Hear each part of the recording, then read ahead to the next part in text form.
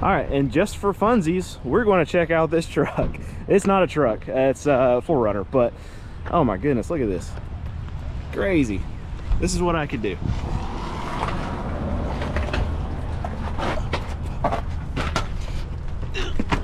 And we're all the way on the other side.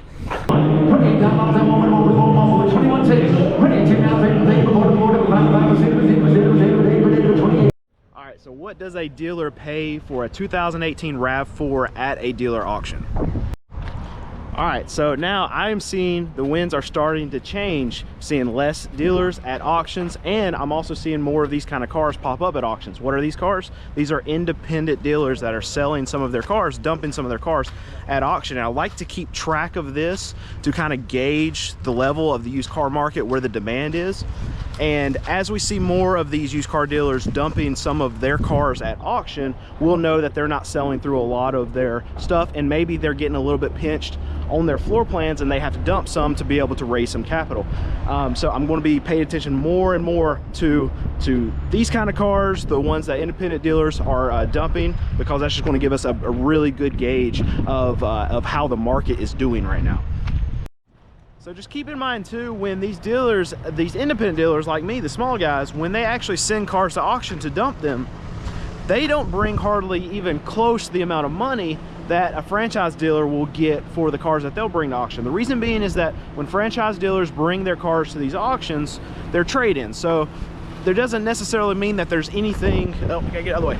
There's anything wrong with these vehicles that they're bringing in. Just someone traded in the vehicle to buy a new car. But when a small independent dealer brings the car to auction, it typically means that there's something wrong with it. Now, in this case of these dealers trying to liquidate a lot of their inventory, there may not be anything wrong with these vehicles, but us as small dealers, we don't want to gamble on that. Most of the time, it means because there's a major issue, a motor, a transmission, or just the fact that they couldn't sell it on their lot. So if they can't sell it on their lot, why would I think I can sell it on my lot? So we typically stay away from them. So they bring sometimes half the money. Like if there's a $5,000 car that a franchise dealer would bring to auction and they would get $5,000 for it, if an independent dealer ran that same exact car through the auction, even on the same day, it would bring probably somewhere around $2,500 to $3,000, just because there's going to be a lot of independent dealers that are going to be scared of that car. They're not going to bid on it. If you don't have bidders to run up the values of these cars, they're not going to bring the money. And now, since we've seen that tax time is, for the most part, moved past us, I think we're on the last legs of it. And from every other dealer that I've talked to, it's been by far the weakest tax season that we've seen in a very long time. At least I know for as long as I've been in business, about 12 years, this is absolutely the weakest tax season I've ever seen. We dropped prices last week. We're still selling cars. We're selling a lot of our cars, but we're not getting the premiums that we used to be able to get. At tax time, we just throw something out there. Doesn't matter what price we put on it, people buy it because they have money just rolling in from the government. And the tax checks are way less this year. So we're actually having to maneuver a little bit on our pricing, make a lot less money to move out these cars. And I'm not going to be stuck in them. So we're going to go ahead and move them out. But a lot of these dealers are not going to be as agile as we are and actually roll their stuff off. So what's going to end up happening is they're going to get pinched, and they're going to try to stick with this inventory for way too long and not roll it. So we're going to see these wholesale prices come down from here, and eventually the retail prices come down, because like what I'm doing now, lower my prices because we've been slower than what we expected. All these other dealers are going to get hit hard with it a month, 2 months from now, as their floor plan charges start to stack up on stuff that they can't sell. So we're going to see less of the dealers here. They're going to buy less cars here. Wholesale prices are going to come down. And then the dealers that are smart, that are able to roll inventory out, they're going to be able to buy cheaper. So then you're going to start seeing retail prices come down. It's not going to happen overnight. It's not going to be a crash. It's going to be a gradual thing, because these dealers, they're going to take a month to start lowering their prices a little bit. Then they're going to take another month when they start getting pinched by their floor plans to start trying to liquidate some stuff. So it's going to be just a gradual down, down, down, down, down, and it's going to be from here. That's what I believe. I don't have a crystal ball. I don't know, but what I'm seeing from these independent dealers running cars, from what I'm hearing from other dealers that aren't selling through their tax season like they usually would. I believe that that's what's coming up. So at this auction today, I'm not gonna try to buy anything. I'm here to make you a video because I know, at least I think I know, that in the next couple of weeks, we're gonna be able to get some deals. A month from now, it's even going to be better than it is now. So I want to hold off, and then I can buy when prices are a little bit better from here. All right, I think this is a great one for us to check because we don't see very many of these, at least lately, come up at auction. This is a 2018 RAV4. It is a hybrid. It's got 72,000 miles. Seems pretty clean. Actually, very clean. Yep, this is a great one to check. RAV4, very clean, hybrid. It's a 2018. It's got 72,000 miles on it. All right, here's a Toyota Camry. It's got higher mileage on it, but I just want to check this one out too so you can see the kind of prices that these Toyota Camrys demand. This is a 2012. It's got 168,000 miles, so that's high for a 12. It looks okay. Seats are stained just a little. Actually, seats are stained quite a bit. So it's dirty on the inside. The outside actually looks pretty good, but I just want you guys to be able to see the prices of some of these cars is just absolutely ridiculous still. It's a 2012 Camry, 168,000 miles. All right, here's another good one for us to check. It is a 2020 Tahoe. It's got 96,000 miles on it. Not sure why this is here, but it actually looks good. Inside's pretty clean. 2020, 96,000 miles. Tahoe. All right, so this is a LT. This is a 2020 Tahoe. It's got 96,000 miles. All right, here's another good one for us to check. It's a 2015 Silverado. It's the Z71 package. It's got 129,000 miles. It's got aftermarket rims, Z71. Outside looks good. Inside actually looks very good. Good looking truck. So it's a 2015 Silverado Z71, 129,000 miles. All right, here's one I am very interested in. I might actually look at this for myself. It's a 2016 F-150 Platinum. It's got 76,000 miles on it. Outside looks great, inside looks great. What I don't like about it is it's got a 3.5 motor. So the small 6-cylinder is not a V8, which I would rather have. But it's pretty clean and I could drive it for a while. Either way, I'm interested in the price, but it's a 2016 F-150 Platinum. It's got 76,000 miles on it. All right, we've been asked about Subarus quite a bit, so here's one we can check out. It's a 2014. It's got 163,000 miles. It's a Forester. Inside is dirty. Not gross, but needs to be cleaned up. So this is a 2014 Subaru Forester, 163,000 miles. All right, and just for funsies, we're going to check out this truck. It's not a truck, it's a 4Runner, but oh my goodness, look at this. Crazy. This is what I could do.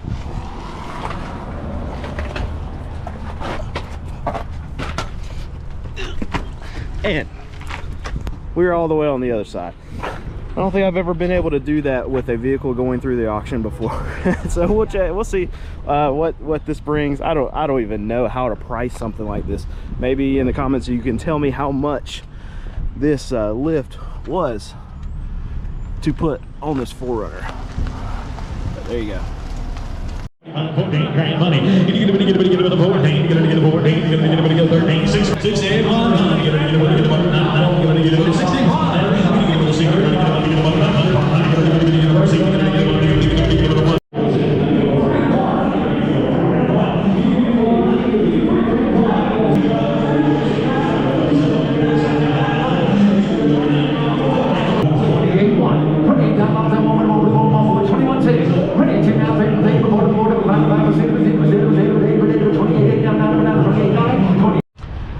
So it seemed like prices were just a little bit cheaper this week. What I did see was there was a lot more if bids. There was a lot more phone calls put on these cars. There were a lot more no sales that went through the auction.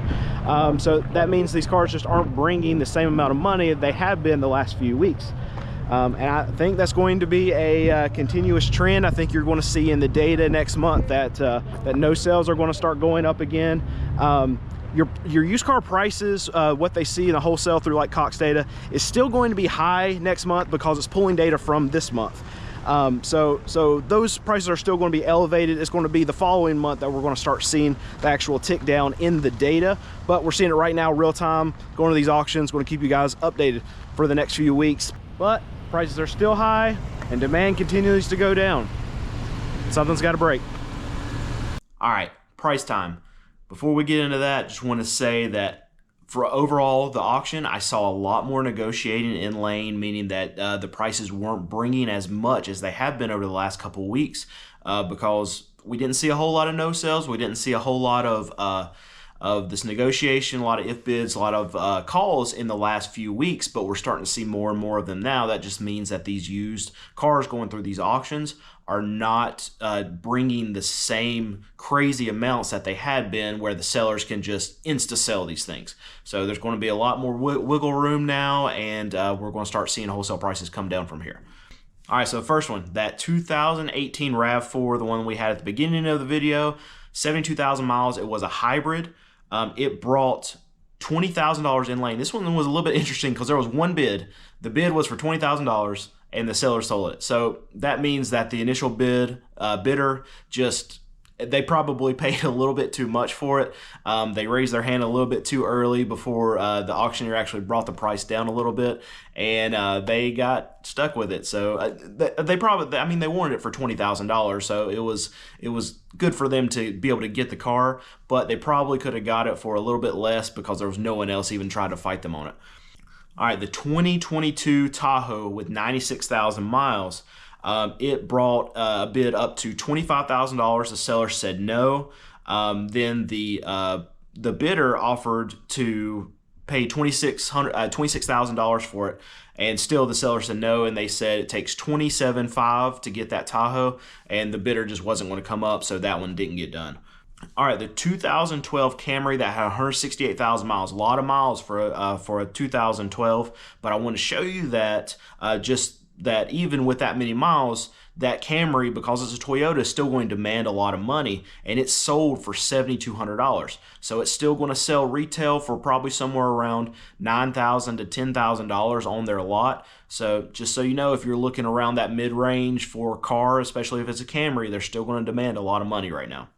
All right, the 2016 F-150, it was a platinum, super nice truck, one I actually was bidding on in the lane. You saw the video.